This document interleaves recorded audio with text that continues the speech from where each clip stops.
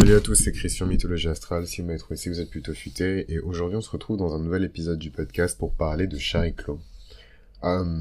Déjà j'espère que tout le monde va bien, j'oublie ces derniers temps de prendre des nouvelles des gens, je suis tellement dans le speed et j'ai tellement envie de maintenir le rythme des épisodes de podcast que j'avoue que je suis plus trop...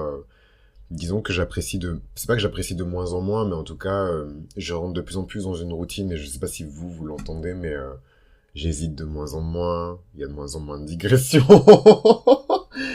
Bon, il y a de moins en moins de digressions, et enfin voilà quoi. Donc, enfin bref, tout ça pour dire que ma vie parallèle, entre guillemets, à ce que je fais sur le podcast de Mythologie Astrale, prend de plus en plus de place. Ou alors peut-être que c'est le contraire, peut-être que c'est Mythologie Astrale qui prend de plus en plus de place, et que ça chamboule un petit peu ma vie, disons, mondaine de tous les jours, quoi. Même si le voile justement entre les deux tend à se déchirer, parce que j'ai de plus en plus de personnes qui me retrouvent dans la rue, à des événements, à des machins, des trucs, t'écoutes Mythologie, ça. Donc bon, ça fait quand même beaucoup de... Voilà. Anyways, donc aujourd'hui je voulais parler de Chariclo, ça fait hyper longtemps que je voulais parler de Chariclo. J'ai eu la conversation avec un pote astrologue, j'ai pas 12 000 potes astrologues, hein, surtout en France, euh, mais un pote astrologue pour le coup qui... Enfin je l'aime bien parce que on n'a pas du tout les mêmes spécialités. Lui, il est vraiment sur une approche de l'astrologie qui est totalement différente. Et, euh, et ouais, enfin, on était en train de parler et tout, et des fois, je lui pose des questions par rapport à mon chart, parce que je me dis, bon, moi, à chaque fois que je regarde mon chart, j'ai forcément un regard qui est biaisé, donc c'est cool aussi de se baser sur l'expérience des gens, donc il check mon chart et tout, machin. Et en fait, c'est vrai que lui, il aime bien les astéroïdes. Moi, j'aime bien les astéroïdes aussi, mais bon... Enfin, j'essaie quand même de garder un peu de distance et de recul parce que je me dis que euh, la compréhension qu'on a en fait des corps célestes et des planètes, etc., elle est très liée aussi à l'époque à laquelle on vit. On n'a pas du tout le même regard sur Saturne aujourd'hui que les anciens avaient sur Saturne à l'époque où Uranus, Neptune, Pluton n'avaient même pas encore été découvertes. Il y a énormément de choses en fait qu'on attribuait à Saturne de facto parce que d'un point de vue archétypal, il fallait que ça fonctionne. Donc Saturne avait beaucoup de traits caractéristiques, par exemple de euh, de de qui déjà? Ouais, de Pluton. Et d'ailleurs, je kiffe parce que dans Sailor Moon, elle le montre en fait. Euh, comment elle s'appelle? Naoto Takeuchi, je crois. Elle le montre en fait. Il y a plein d'attributs en fait de Saturne, de Sailor Saturne qui appartient à Sailor Pluton et plein d'attributs de Sailor Pluton qui appartient à Sailor Saturne. Bref, tout ça pour dire qu'on parlait d'astéroïdes et il m'a parlé de Chariclo. Et en fait, il m'a expliqué. En fait, moi, ce que je fais, bon, je sais, décidément, c'est une masterclass. Mais ce que je fais, j'ai pas toujours un bouquin de 500 pages sur le sujet, mais en fait, il suffit que tu m'expliques en fait la fonction de l'astéroïde, du corps céleste ou de la planète, et je vais à peu près pouvoir te dire qu'est-ce que j'en pense, etc. C'est très intuitif, hein. Donc, ça peut paraître complètement bizarre, en tout cas pour les plus cartésiens, carrés, vierges, parmi nous qui nous écoutent. Mais voilà, j'ai une manière de fonctionner qui est très intuitive. Donc, il me parle de Chariclo, mais je rentre dans un état de tristesse, mais c'est un truc de ouf. Et j'ai rien dit, en fait, j'ai fait comme si de rien n'était. Et je me suis dit, ah, trop bien, Chariclo, c'est sympa et tout, machin. Je pense que ça intéresserait les auditeurs du podcast. Et j'ai été traversé d'une vague de tristesse. Ça faisait très longtemps que j'avais pas été triste comme ça. Je pense que la dernière fois que j'avais été triste comme ça, c'est quand j'ai découvert l'archétype de Saturne en cancer. Voilà. En plus, ma mère, elle est née avec Saturne en cancer. Donc, ça m'a mis dans un état et je me suis dit, waouh, en fait, enfin, j'avais toujours su, mais c'est dans ces moments-là qu'on voit qu'en fait, l'astrologie, c'est réel, quoi. C'est pas juste un truc qu'on prend et qu'on retourne, qu'on arrange à sa sauce parce qu'on a envie de ken avec tel mec ou de se faire soulever par telle meuf ou de je ne sais quoi. Voilà. C'est un truc qui est deep, c'est un truc qui est profond et en fait, c'est aussi vrai dans les bons côtés que dans les mauvais côtés, quoi. Et donc, j'ai laissé du coup tomber le sujet de Chariclo parce que je me suis dit que j'étais pas prêt et que j'avais pas le recul. Et en fait, là, je suis tellement lobotomisé par ma vie et par mon rythme effréné depuis le retour en direct d'Uranus que je me suis dit, ok, vas-y, fuck it, on va parler de Chariclo. Donc, Chariclo, il faut savoir que c'est un astéroïde. C'est un astéroïde qui est le plus large et le plus grand, en fait, de tout le système solaire. C'est un astéroïde qui se situe entre Saturne et Uranus et qui est l'un des rares astéroïdes, voire même le seul astéroïde, je pense, qui a une ceinture d'astéroïdes. Pardon, qui a une ceinture, pardon, qui a des anneaux, excusez-moi. Mais bon, les anneaux de Saturne, c'est des miettes de planètes et d'astéroïdes, hein, c'est pas non plus... Bref. La nuit où Chariklo a été découverte, c'est une nuit qui est très très très spéciale, parce que l'astronome en fait qui a découvert l'existence de Chariklo a découvert Chariklo sous le soleil du Verseau, donc c'était le 15 février 1997, et Chariklo se trouvait à ce moment-là avec 4 autres planètes et un luminaire, notamment, enfin la Lune en fait.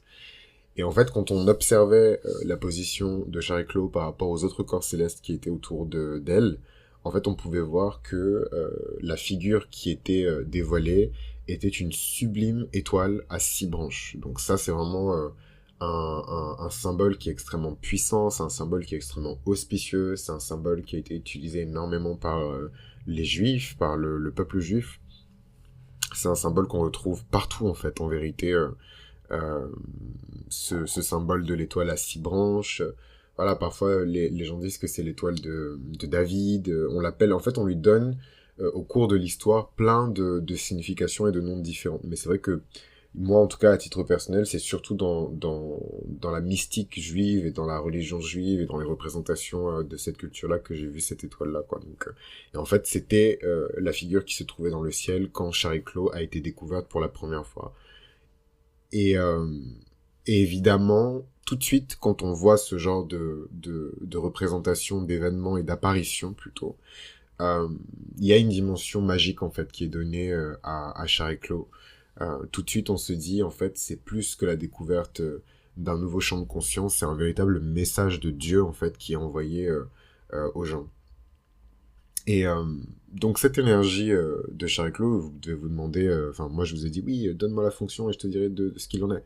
Et du coup vous aussi, parce que je sais qu'il y a beaucoup de personnes très intuitives et tout qui m'écoutent, vous devez vous dire mais du coup c'est quoi l'énergie de Chariklo? L'énergie de Chariklo, c'est une énergie qui est liée à la vibration de la création, du miracle, de la divination, de la protection et de la destinée. Donc vous voyez qu'on est clairement dans les énergies de Dieu en fait ici.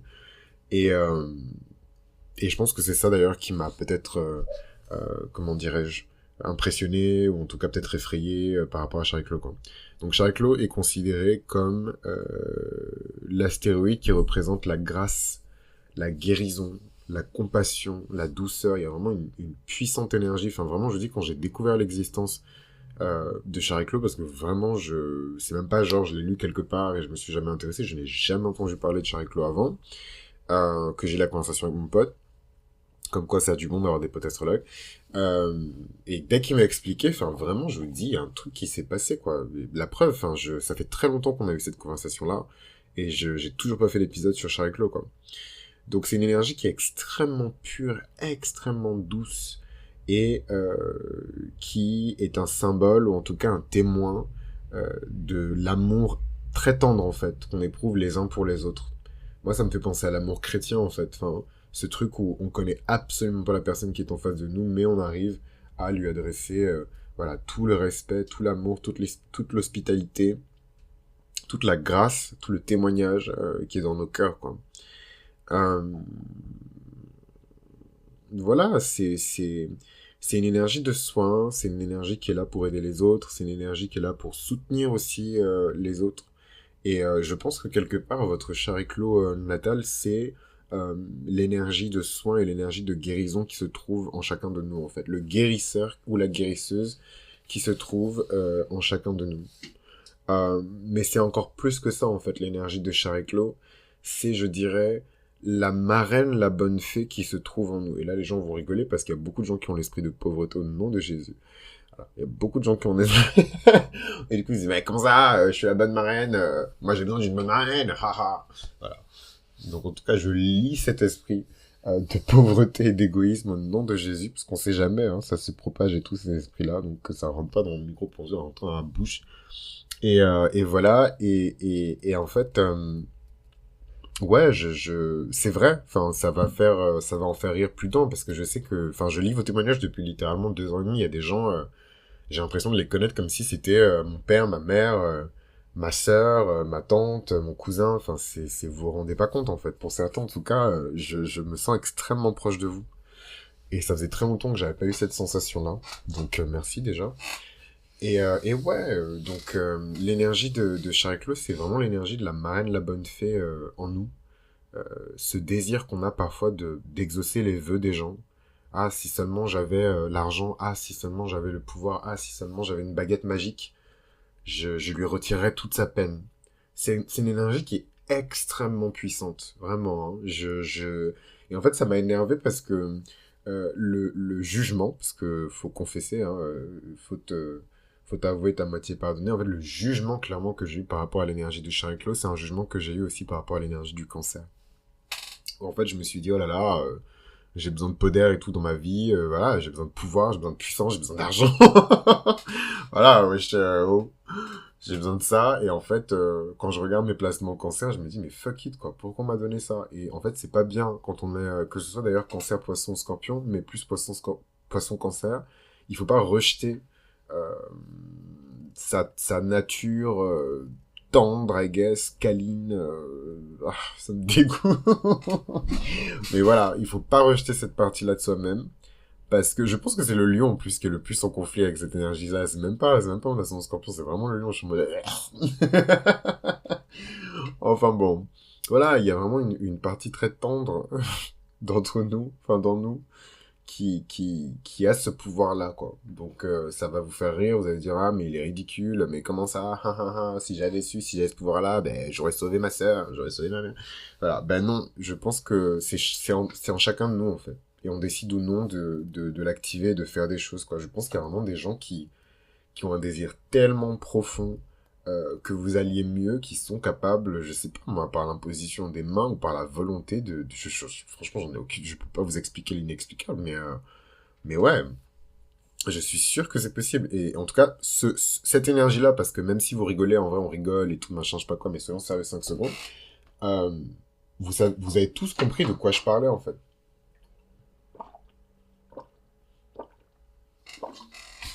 Sorry. Vous avez tous compris de quoi je parlais, en fait.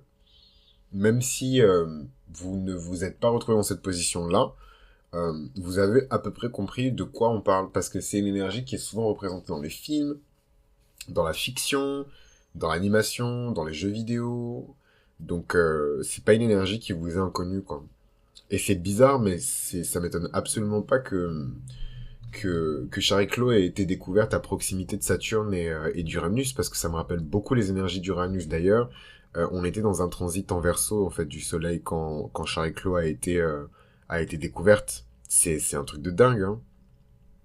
Sûrement qu'en 97, l'humanité avait vraiment besoin d'activer ce champ de conscience-là, donc je sais pas exact, enfin, je me souviens plus de ce qui s'est passé spécifiquement euh, cette année-là. Mais en tout cas, ouais, je suis sûr qu'on en avait besoin, quoi. Enfin bon. Euh, dans la mythologie, puisqu'on est quand même sur mythologie astrale, Chariclo est considéré comme un être capable de donner forme à certaines choses. Comme un être capable d'ailleurs de se transformer en n'importe quoi. Puisque Chariclo était à la fois une nymphe des eaux, donc, et euh, un centaure, enfin une centaure. Elle était aussi considérée comme une chamane, mais bon, ça c'est intéressant parce que ce côté, euh, ce côté double en tout cas de sa nature et le fait qu'on l'associe aussi parfois à des archétypes ou à des images totems très liées à la spiritualité, à l'enseignement, etc. C'est quelque chose qu'on retrouve aussi chez Chiron et vous verrez pourquoi, parce que les deux sont intimement liés.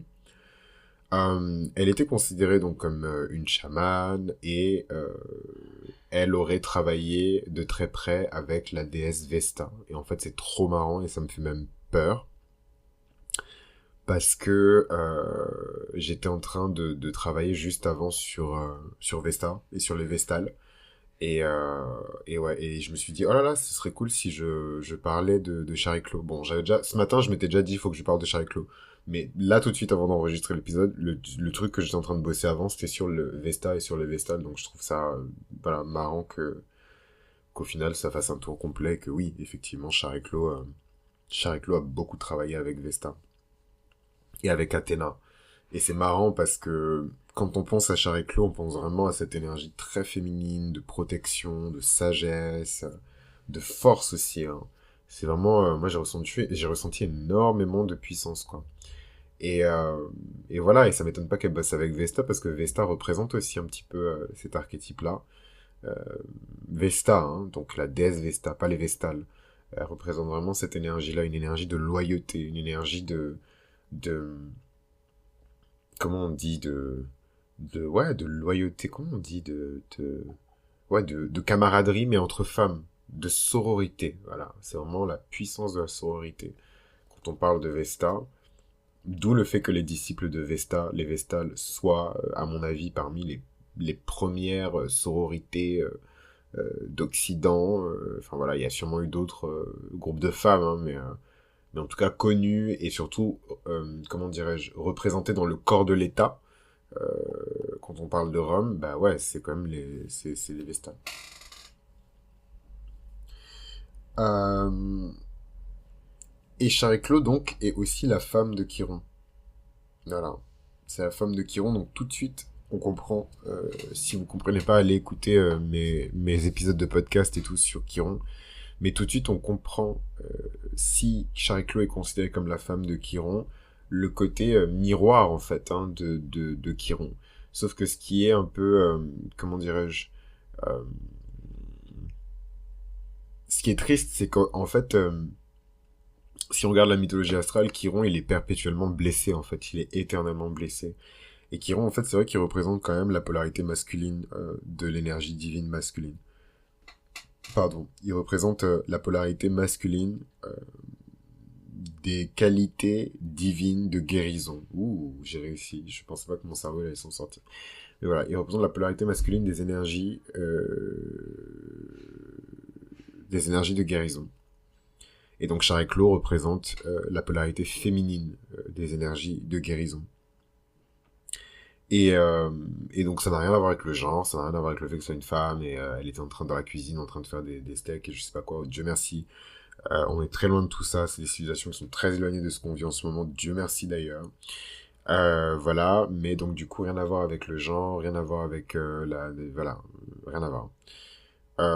C'est des énergies. En fait, on les a tous en nous, on les a tous et tout en nous et dans nos esprits, dans nos corps, dans notre âme en fait. Et donc c'est vrai que Chariclo, c'est une énergie qui est extrêmement puissante, c'est une énergie qui est extrêmement douce pardon, et qui porte en elle énormément de pouvoir. Hein. Il y a quelque chose de profondément mystique dans l'énergie de Chariclo. D'ailleurs, Chariclo, elle se présente souvent pendant des moments de prise de conscience et de ce qu'on appelle les spiritual awakening, des éveils en fait de conscience. C'est vrai que je dis que quand j'ai découvert moi l'existence de Chariclo, enfin, je dis pas que je m'en souviendrai toute ma vie, faut pas déconner, mais ouais, il y a vraiment eu un before et un after quoi. Donc voilà. Ça peut être intéressant aussi de se concentrer sur son énergie pour trouver une forme de guérison, en tout cas des stratégies de guérison qui sont vraiment adaptées à nous. Et voilà, c'est vrai que certaines personnes lui ont associé d'autres choses, des senteurs, des cristaux, mais bon, vous savez, tout le monde associe tout à n'importe quoi. Mais en tout cas, ouais, ce qui est intéressant, c'est que euh, cette Chariclo, elle est dans le char de chacun, et évidemment que là, en ce moment, elle est en verso, et évidemment que, comment dirais-je, elle a une influence différente selon le signe dans lequel elle se trouve, quoi. Donc, n'hésitez pas à consulter votre propre chart. C'est pas forcément un corps céleste que vous retrouverez sur tous les générateurs automatiques de thème astro, mais c'est vrai que c'est pas mal de regarder un petit peu le cycle de Chariclo et surtout le signe dans lequel se trouve sa Chariclo natale. Donc moi, je pense que vous l'aurez deviné vu la vague d'émotions qui m'a traversé quand j'ai découvert ma Chariclo. Ma Chariclo est en cancer. Voilà, donc je vous retourne le micro. Dans quel signe se trouve votre Chariclo? Est-ce que vous avez entendu parler de cet astéroïde avant? Et est-ce que vous avez un témoignage lié à Chariclo? À très vite. Ah, et très important, j'ai découvert il y a pas longtemps, alors c'est pas un podcast, c'est des vidéos YouTube d'une nana qui s'appelle Nitsa, je crois, Nitya, pardon. Et je suis tombé sur son épisode sur l'ascendant Scorpion et franchement, je peux même pas décrire, genre, ce sentiment, cette émotion. En fait, des fois, quand on crée du contenu, on est tellement concentré sur ce qu'on fait qu'on oublie voilà, qu'il y a d'autres personnes qui peuvent évidemment apporter une perspective et un point de vue qui est enrichi, en fait, par leurs expériences, l'environnement dans lequel elles ont évolué, tout, en fait. Et ça m'a tellement fait du bien de débrancher un peu mon cerveau et enfin, juste de m'asseoir, de me taire et d'écouter, quoi. Et c'était quelque chose de qualité. Donc, shout out à Hélène, parce que c'est elle qui m'a parlé du podcast. Et shout out à Nithya pour avoir cette superbe vidéo. Donc, moi, en attendant, je vous embrasse. N'hésitez pas à commander votre César. Voilà, je sais pas quand est-ce que je vais sortir l'épisode, mais sûrement dans pas longtemps, parce que là, j'ai envie de breaker un peu sur les grosses séries, sinon vous allez vomir. Mais du coup, le César, il y a toujours 20% de réduction sur le César jusqu'à fin février. Mais bon, fin février, c'est dans 8 jours la MIF, donc faut pas trop traîner. Et voilà, si vous avez besoin d'une lecture compréhensible de thème astral, moi en tout cas, je vais rajouter du coup aux 4DS, je vais rajouter Char et Clos. Et du coup, je vais trouver un nouveau nom pour les 4DS, la fameuse lecture de thème astral qui est concentrée sur les astéroïdes. Et je vais essayer de trouver un nouveau nom parce que j'ai envie de rajouter Char et Clos au groupe. Voilà. Donc je vous embrasse et je vous dis à très bientôt.